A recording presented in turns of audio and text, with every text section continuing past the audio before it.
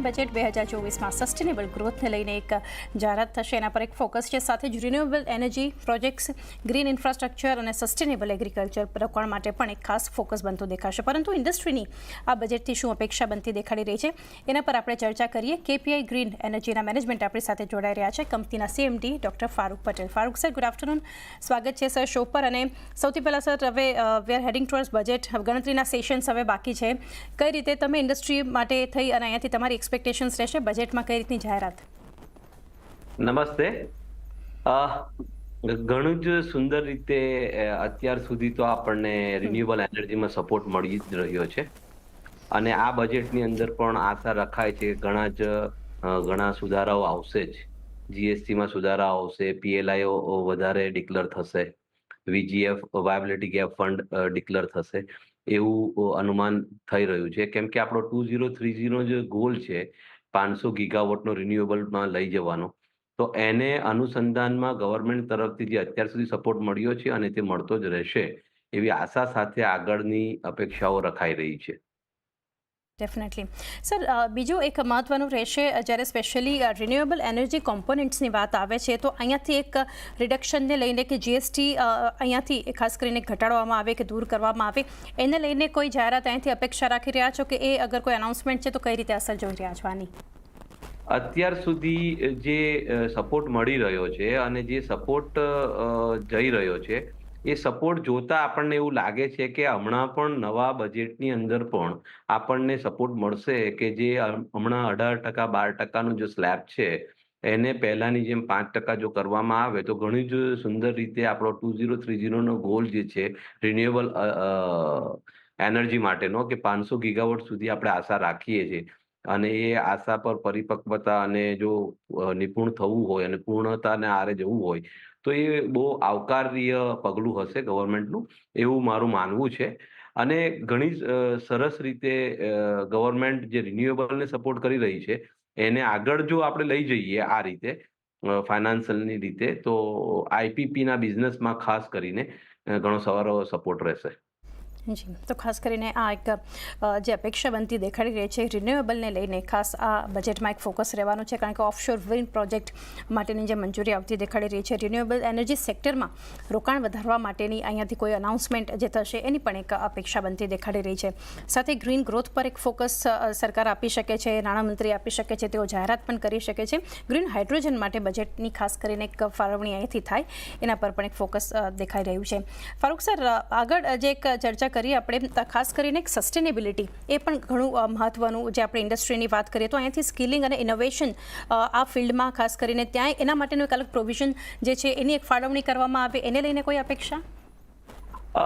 આજની તારીખે આપણે જો જોવા જઈએ તો સોલર અને વિન્ડની અંદર તો ઘણું જ સારી રીતે ગવર્મેન્ટે અત્યાર સુધી જે બેનિફિટો આપ્યા છે જેના કારણે એક સસ્ટેન ગ્રોથ તો આગળના પાથમાં જોવા મળશે જ. કેમ કે ઘણા બધા સ્કિલ પ્રોગ્રામો ગવર્મેન્ટ લઈને આવી રહી છે, જેવું કે ઉન્નત ભારત અભિયાન કરીને એક ચલાવે છે. એ જ રીતે ઓફશોરના માટે એક ડિક્લેરેશન આવ્યું છે વીજીએફ ફંડનું 6,853 કરોડ રૂપિયા વત્તા 600 કરોડ રૂપિયા.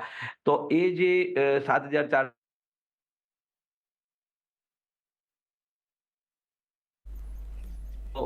સ્ટેપ છે ગવર્મેન્ટ તરફથી, જેને કારણે આવતું જે આપણું ગ્રીન હાઇડ્રોજનનું જે સપનું છે એ સપનું પૂરું કરવા માટે રિન્યુએબલ એનર્જીની જે જરૂરત છે એ જરૂરતને પૂરી કરવા માટેના જે આ સ્ટેપ છે. પછી એક પીએલઆઈ આપણે મેન્યુફેક્ચરિંગમાં પણ આપી કે પ્રોડક્શન લિંક ઇન્સેન્ટિવ જે આપણે આપ્યા છે, એટલે ગવર્મેન્ટે આપ્યા છે 19,000 કરોડના આપણા પેનલ મેન્યુફેક્ચરિંગને, તો એના કારણે પણ ઘણા બધા સ્ટેપ અપ થઈ રહ્યું છે. પણ જે સ્ટેપઅપ થવું જોઈએ એને ઓર એગ્રેસિવલી સ્ટેપઅપ આપણે જો કરીએ તો, કેમ કે આપણે ઇન્ડિયા આપણું 3rd લાર્જેસ્ટ કન્ઝમ્પશન ઇલેક્ટ્રિસિટીનું આખા વર્લ્ડ વાઇડ છે અને રિન્યુએબલમાં બી જે આપણને ગ્રોથ જોઈએ છે અને કાર્બન નેટ ઝીરો તરફ આપણે જો આગળ વધવું હોય તો રિન્યુએબલની અંદર જે વિન્ડ છે, સોલર છે, એના મેન્યુફેક્ચરિંગને પણ વધારવા માટે પીએલઆઈની ઘણી બધી સ્કીમો હજુ પણ આપે સરકાર, જેના કારણે આપણો ગ્રોથ વધે. અને જેવી રીતે ઉન્નત ભારત ચાલુ કર્યું છે એવી રીતે યોજનાઓ ચાલુ કરે જેનાથી સ્કિલ મેન પાવર વધે અને એના કારણે થશે એવું કે ઘણું બધી સ્પીડ પકડાઈ જશે અને જે એગ્રેસિવ ગોલ આપણા હોય છે 2030 બાય 500 ગીગાવોટ અને ત્યાર પછી 2050 નેટ ઝીરો, તો એને આપણે અચીવ કરી જ લઈશું. પણ થોડુંક આની અંદર આપણને સપોર્ટ મળી જાય જો આ બજેટની અંદર, તો એ રીતે ઘણો સારો સ્ટેપ હશે એવું મારું માનવું છે. જી, સાથે સર જે રીતે આપણે જાણીએ છીએ કે આ વર્ષનું બીજું બજેટ હશે. આપણે ઇન્ટ્રીમ બજેટની એક જાહેરાત જોઈ, પરંતુ મોદી 3.0નું એક આ પહેલું બજેટ છે, ખાસ મહત્વનું રહેશે. પરંતુ જે ઇન્ટ્રીમ બજેટમાં પણ એક જે અહીંયાથી એક પુશની જાહેરાત થઈ હતી, અહીંયા રૂફટોપ સોલર માટેની થ્રુ પીએમ સૂર્ય ઘર મુફ્ત વીજળી યોજના, જેના માટેનું એક સ્પેશિયલ અહીંયાથી બજેટરી પ્રોવિઝન વિશે અહીંયાથી એક ખાસ કરીને માહિતી પણ આપણને આપી હતી. Solar power each household આપણે જોઈએ એના માટેનું. તો આ અંગે જે જાહેરાત છે એ કેટલી મહત્વની રહેશે, ત્યાં શું અપેક્ષા રાખી રહ્યા છો? એ ઘણી મોટી જાહેરાત છે અને ફેબ્રુઆરીમાં સાહેબે જાહેરાત કરેલી, શ્રી નરેન્દ્ર મોદી સાહેબે, અને હમણાં જે મોદી 3.0ની અંદર પણ એ જાહેરાતને કન્ટિન્યુઅસ કરવામાં આવી છે. અને દરેકે દરેક હાઉસ હોલ્ડની ઉપર 3 કિલોવોટ સુધીની જે વીજળી આપવાની જાહેરાત છે, ઓલરેડી એની અંદર સબસિડી આપવામાં આવી જ છે અને એની ઉપર પણ ફોકસ કરીને આગળ વધાઈ રહ્યું છે, જેના કારણે ઘણો મોટો ફાયદો થશે પબ્લિકને પણ, નેટ ઝીરોના જે આપણા મિશન છે તેને પણ. અને એઝ અ કેપી અમે પણ એની અંદર પોતાનું CSR એક્ટિવિટી દ્વારા પણ અમે લોકો અમારું પંચિંગ કરી રહ્યા છે ત્યાં આગળ. સો લેટ અને એવી રીતે પોઝિટિવ એનાથી તમે જોશો તો વિધિન 5 years 1 કરોડની ઉપર જે આપણે વિચારીએ છીએ એના કરતાં પણ વધારે ઘરોની ઉપર જો આ 3 કિલોવોટ વાળું લાગી જાય, તો એક તો આપણને કાર્બન એમિનેશનની અંદર પણ ફરક પડશે અને લોકોના બજેટની અંદર પણ વીજળીનો જે ખર્ચો છે તે પણ ઘણો ઘટી જશે, એવું મારી આશા છે એમ. જી, તો ડેફિનેટલી. સાથે સર, જે રીતે આપણે જાણીએ છીએ કે અહીંયા હવે લોકોનો જે વપરાશ છે, ઘણી બધી કંપનીઓ રાદર જે છે કેપ્ટિવ યુઝ માટે રિન્યુએબલનો ઉપયોગ હવે વધારતી આપણે જોઈ રહ્યા છીએ. તો આના માટેની કોઈ ઇન્સેન્ટિવ માટેની જાહેરાત થવી જોઈએ, એને તમે કઈ રીતે જોઈ રહ્યા છો? કેપ્ટિવ યુઝ માટે જે રીતે કંપનીઓ પોતે સોલર અને વિન્ડથી પાવર લેવાનું જે શરૂ કર્યું છે, એના કારણે એ ઘણો જ મોટો સરકારના બર્ડન કરતા લોકો પોતે આ વસ્તુને એડોપ્ટ કરી રહ્યા છે એવું જાણવા મળી રહ્યું છે. એની અંદર સૌથી મોટું કે ફંડિંગ જે છે તે કંપનીઓને થોડું ઇઝી થઈ જાય અને બેંકો તરફથી ફાસ્ટ ફંડિંગ મળતું થઈ જાય, થોડા લિવરેજ અથવા તો થોડા ઓછા વ્યાજ દરે જો મળે અને જીએસટી જો એની અંદર કોમ્પ્રોમાઇઝ થોડુંક થાય, તો મારા હિસાબે ઘણો મોટો બેનિફિટ રહેશે. અને એ લાસ્ટ થોડા વર્ષોની અંદર તમે જોયું હશે તો કેપ્ટિવ યુઝરોએ ઘણું બધું રિન્યુએબલ તરફ આકર્ષાઈને પોતાની કંપનીઓને સસ્ટેનેબલ વીજળી તરફ લઈ જઈ રહ્યા છે, કાર્બન ફ્રી વીજળી તરફ પ્રોડક્શનને લઈ જઈ રહ્યા છે. તો એ એક બહુ મોટી અને બહુ સારી સાઇન છે ઇન્ડિયાના માટે, કે એનાથી ઘણો બધો આપણો ડોલર જતો પણ અટકશે અને કોલસો આવતો અટકશે, જે એક બહુ મોટો બેનિફિટ છે. અને ભવિષ્ય આપણું બહુ ઉજ્જવળ રહેશે કેપ્ટિવ યુઝરો જો દરેકે દરેક જો રિન્યુએબલથી પાવર વાપરવાનું શરૂ કરશે તો. ઓકે. સાથે સર, ઓફશોર વિન્ડ જે તમે પણ શરૂઆતમાં તમે જણાવ્યું, તો ઓફશોર વિન્ડ પ્રોજેક્ટ માટેની જે મંજૂરી છે એને લઈ અને આ અંગે વધારે કઈ રીતે જાહેરાત તમે અપેક્ષા રાખી રહ્યા છો બજેટમાં? ઓલરેડી ઓફશોર વિન્ડ માટે ગવર્મેન્ટે 7,453 કરોડનું VGF ડિક્લેર કર્યું છે, વાયબિલિટી ગેપ ફંડ, અને એનાથી લગભગ 2 ગીગાવોટ જેવું ઓફશોર વિન્ડની આશા રખાઈ રહી છે.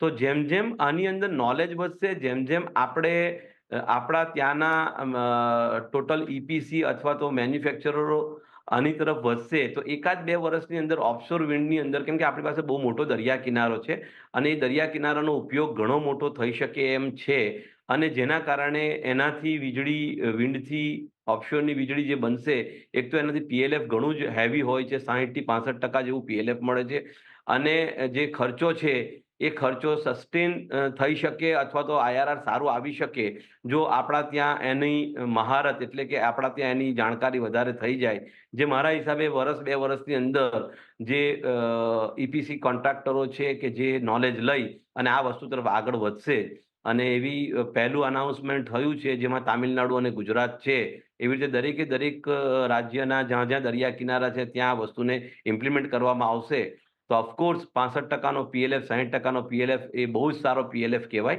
તો એ પ્રમાણે પણ આપણને વીજળી ઘણી બધી સારી એવી મળી શકે એવી આશા છે. ડેફિનેટલી. અને સર અહીંયાથી સ્યુટેબલ એક બજેટરી પ્રોવિઝન્સ તમે એક્સપેક્ટ કરી રહ્યા છો, ખાસ કરીને અહીંયાથી ઝડપી એક પ્રોસેસ બને ઇન એડિશન ઓફ ન્યુક્લિયર, એને લઈને કઈ રીતે અપેક્ષા છે? ન્યુક્લિયરમાં અમારી કંપની તો છે જ જી sir.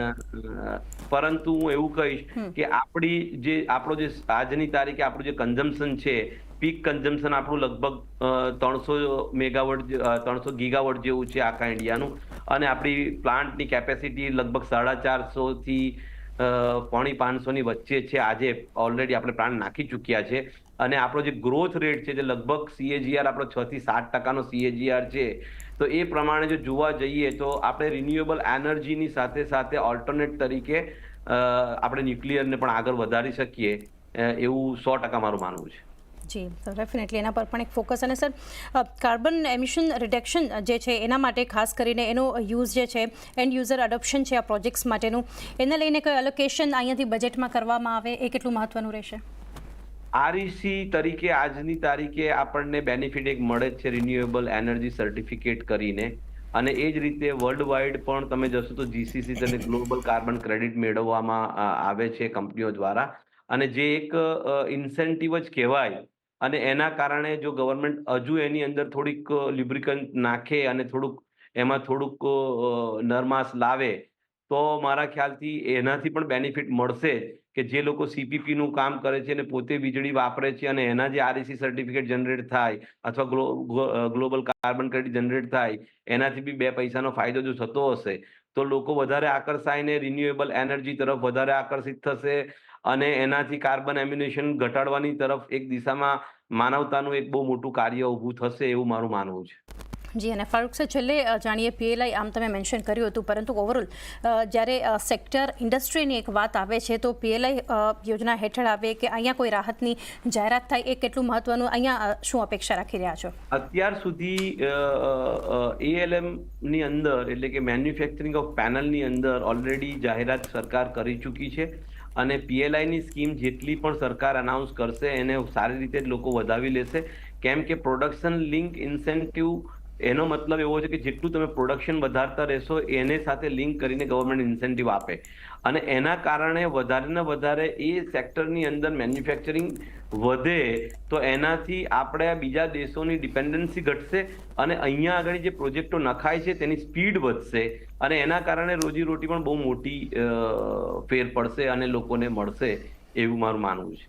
G, definitely. Farooq sir, thank you અમારી સાથે તમે જોડાયા અને ખાસ બજેટને લઈને સેક્ટર ઇન્ડસ્ટ્રીની આશા અમારી સાથે શેર કરી. Thank you. Thank you very much. Thank you.